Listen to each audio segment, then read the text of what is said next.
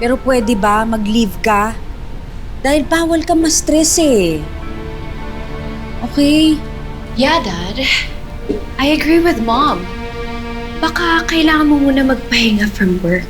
Lalo akong manghihina kapag tumigil ako sa trabaho.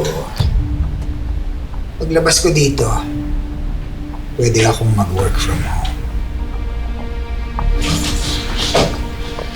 Dad, Rose, anak, gusto po kayo. Ano po sabi ng doktor? Away from him! Portia, Dad! Nang dahil sa boyfriend mo, kaya nagka-heart attack si Dad. Siya, tama na. Hindi mo makakabuti yung ginagawa mo.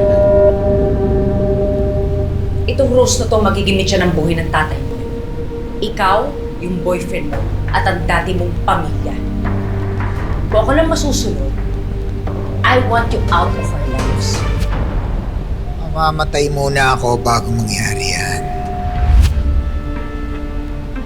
Rose, anak. Huwag mo kong